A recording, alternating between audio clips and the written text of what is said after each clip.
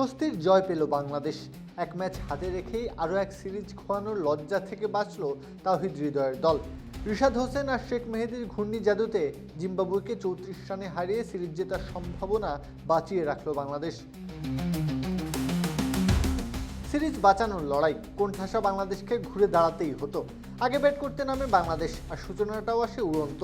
তানজিদ তামিম আর সাইফ হাসানের জুটি থেকে বাংলাদেশ তোলে 120 রান। দুজনের ব্যাটই পায় 50 দেখা। তবে এমন শুরুর পরও হোঁচট খাওয়া এড়াতে পারেনি বাংলাদেশ।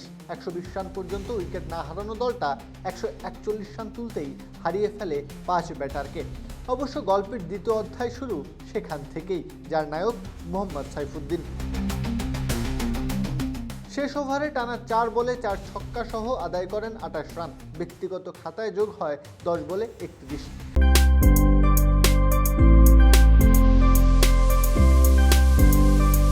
এমন তাণ্ডবের সুবাদে স্কোরবোর্ডে আসে 186 রানের বড় সংগ্রহ।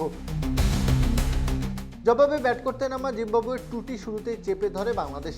শেখ মেহেদী, নাহিদ রানাদের বোলিং তোপে 21 রান তুলতেই 3 উইকেট হারিয়ে বসে স্বাগতিকরা।